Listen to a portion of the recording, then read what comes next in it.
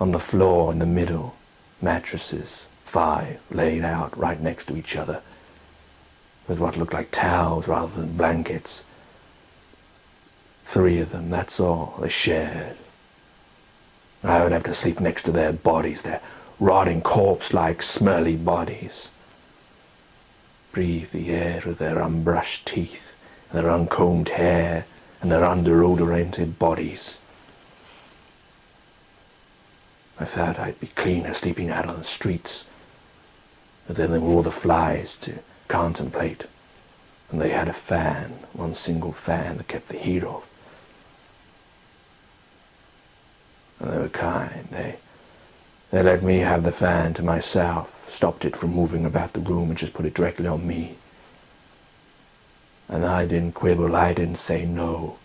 I said yes, of course, thank you. I spoke as if I demanded it, if I expected them to give it to me. And they did with such ease and kindness, and I took upon them their kindness.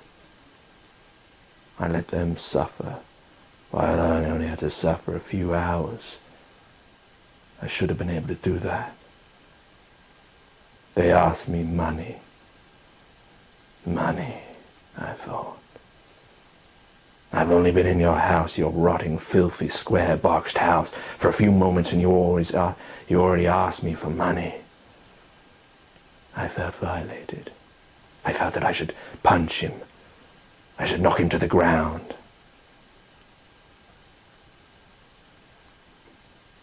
He offered his daughter for me.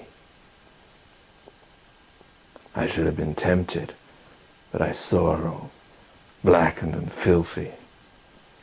The very fact that there was only one room. I was tired. I refused his offer of money and his daughter, and with contempt. He told me how she was ill.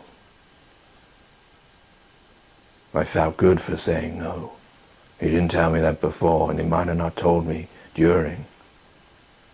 And then what would I have called? What would I care of her illness? She wasn't my blood, she wasn't my family, my friend. I was a stranger in their strange country, in their Angeles city, the city of angels. I would be going soon, in a few hours. Why should I invest my well-earned money when they couldn't be bothered to do it? Or too bone-eyed, or too uneducated, or too lackluster to find work to earn their own money. Why should I give them mine?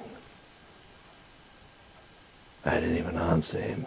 I just gave him a contemptuous look, stared right in his eyes, and he smiled and said, "Thank you," even though he gave him nothing. I thought what an indolent species these were, whether they were even the same kind of men as I was. Made me think of the theories proposed by Darwin and those other scientists that men came from more than one different breed, the Homo sapiens and the Neanderthals, and I thought he must surely be a Neanderthal. His bone idleness.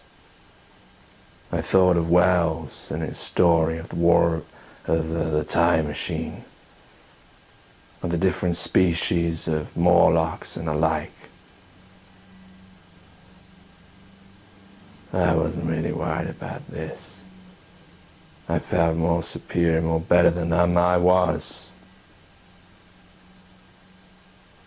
I just thought of gathering all this information, got my notebook out, and started to jot it all down. I'd do a piece like George Orwell's Down and Out.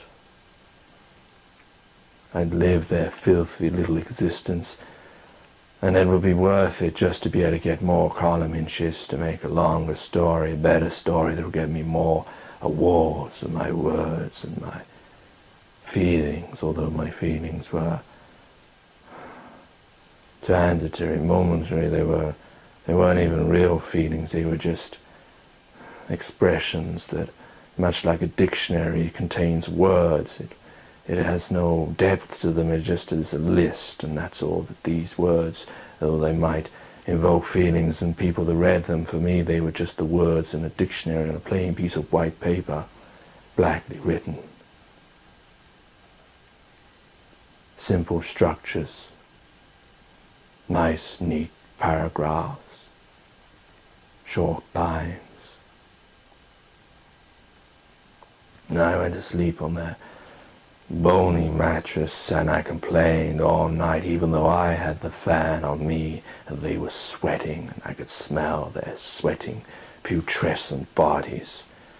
It reminded me of the smell of sewers in London on those hot, rainy nights.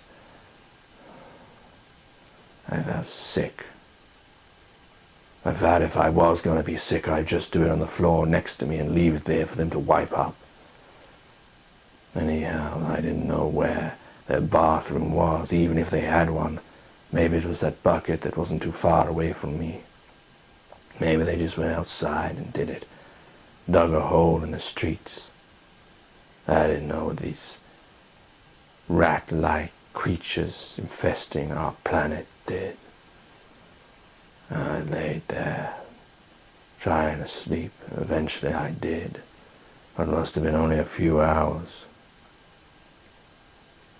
And the only good thought about it when I woke was that I wouldn't have to do this again, and at least I'd benefited out of it.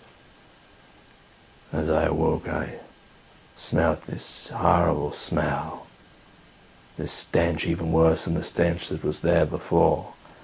And I looked above me and I felt the bin had fallen down. Its contents lay right directly by my head.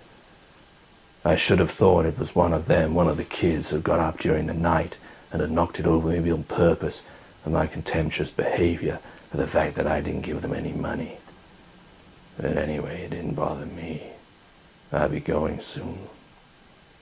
But it still gave me enough fuel to mention the smell. And I did. I shouted about it. "What is this smell?" I said.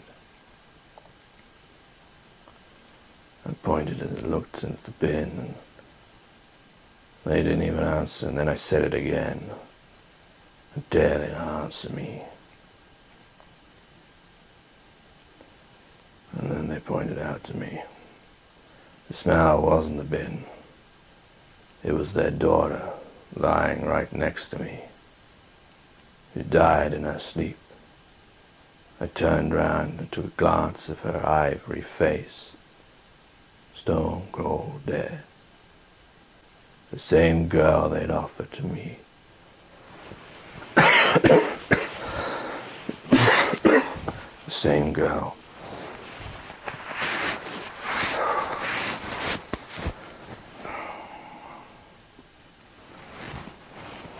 Dead. She died right next to me.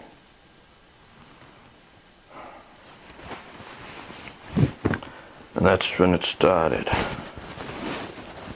The change, I mean, in me. When I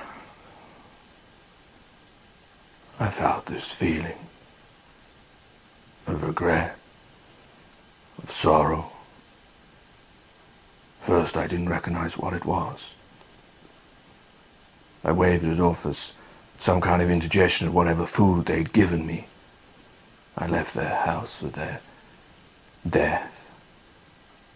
I still didn't leave them any money, even though this time it did cross my mind, but I thought it too awkward and just left. As they sobbed over their loss.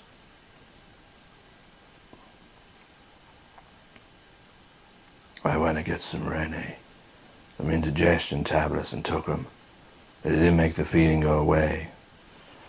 And that's when I realized that this was not a feeling of indigestion. This was a feeling of sorrow, regret, pain,